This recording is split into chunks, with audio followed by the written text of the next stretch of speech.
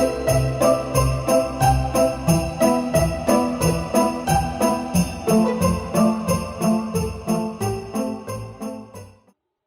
6. Our last rehearsal happened to be the night before the potluck supper. And when we got there, the kitchen was full of ladies in aprons, counting out dishes and silverware and making applesauce cake for dessert. "I'm sorry about this," one of the ladies told Mother. "But with so much to do at this time of the year, the committee decided to come in this evening and set up the tables and all, and I just hope we won't be bothering you." "Oh, you won't," Mother said.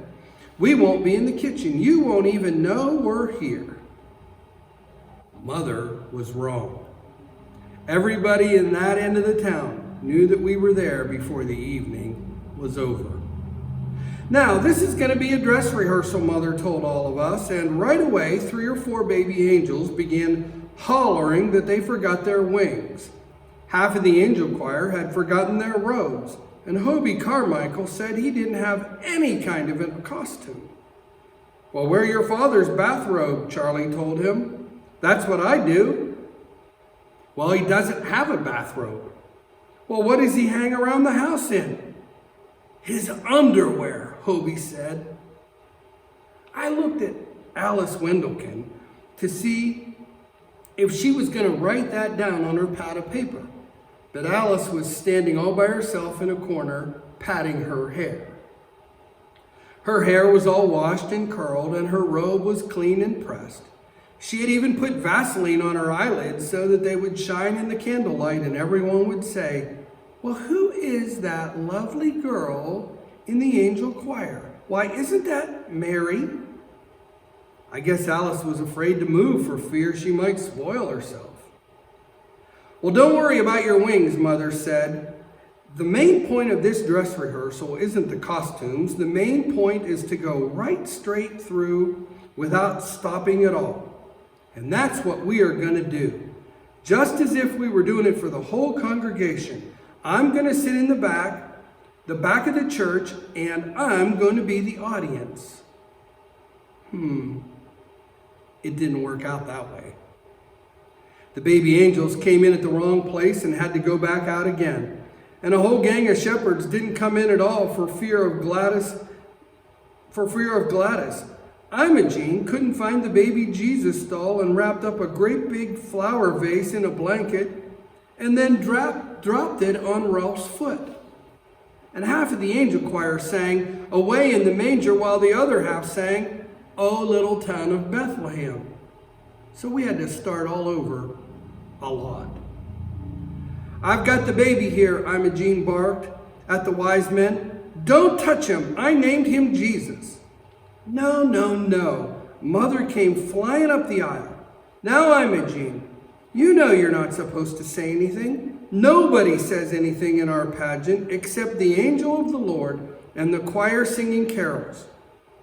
Mary and Joseph and the wise men make a lovely picture for us to look at while we think about Christmas and what it all means." I guess Mother had to say things like that, even though everybody knew it was a big lie. The Herdmans didn't look like anything out of the Bible at all, more like trick-or-treaters. Imogene even had on great big gold earrings, and she wouldn't take them off. "Now, Imogene," Mother said, "you know Mary didn't wear earrings." "I have to wear these," Imogene said. "Well, why is that?" "Well, I got my ears pierced, and if I don't keep something in them, they'll grow together." "Well, they won't grow together in just an hour and a half," Mother said. "No, but I better leave them in."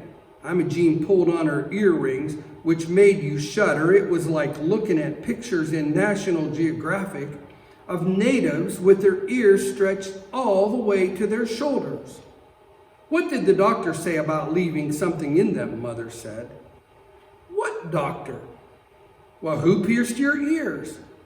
"Well, Gladys did," Imogene said. That really made you shudder, the thought of Gladys Herdman piercing ears. I thought she probably used an ice pick. And for the next 6 months, I kept watching Imogene to see her ears turn black and fall off. All right, Mother said, but we'll try to find something smaller and more appropriate for you to wear in the pageant. Now, we'll start again and go right straight through, and I think I ought to tell them what his name is, Imogene said. No. Besides, you remember it wasn't Mary who named the baby. I told you, Ralph whacked Imogene on the back. I named him. Joseph didn't name the baby either, Mother said. God sent an angel to tell Mary what his name should be. Imogene sniffed. I would have named him Bill. Alice Wendelkin sucked in her breath, and I could hear her scratching down on her pad of paper that Imogene Herdman would have called the baby Bill instead of Jesus. What angel was that? Ralph wanted to know. Was that Gladys? No, Mother said. Gladys is the angel who comes to the shepherds with the news. Yeah, Gladys said. Unto you a child is born, she yelled at the shepherds. Unto me, Imogene yelled back at her. Not them, me. I'm the one that had the baby. No, Mother said, as she sat down on the front pew. That just means that Jesus belongs to everybody. Unto all of us a child is born. Now, she sighed, let's start over. Well, why didn't they let Mary name her own baby? Imogene demanded. What did the angel do? Just walk up and say, name this kid Jesus? Well, yes, Mother said, because she was in a hurry to get finished. But Alice Wendelkin had to open her big mouth.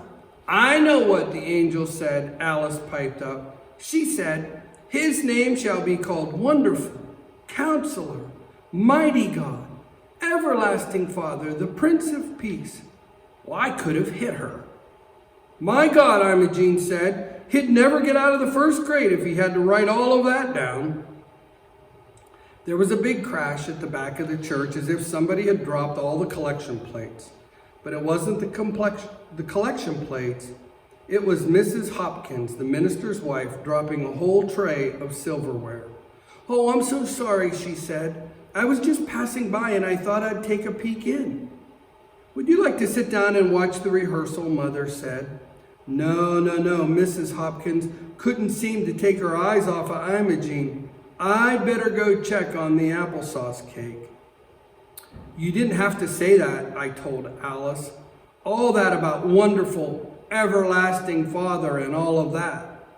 Well, why not? Alice said, patting her hair. I thought Imogene wanted to know.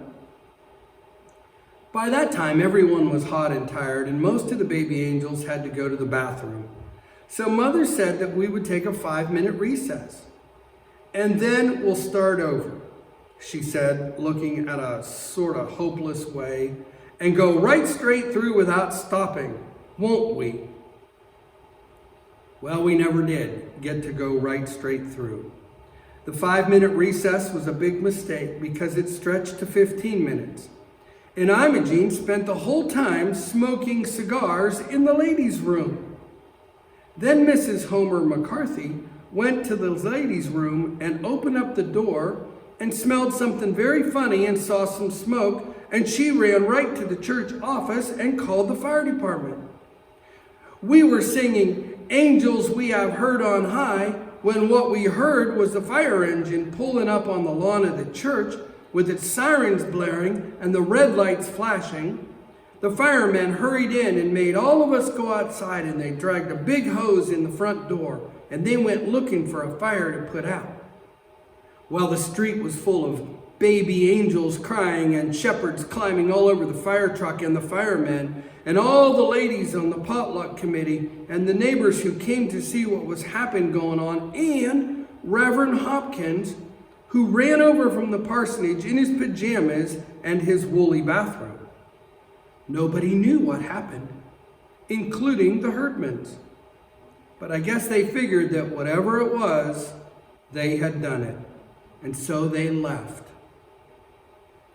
"Why in the world did you call the fire department, Mother?" asked Mrs. McCarthy when she finally heard the whole story.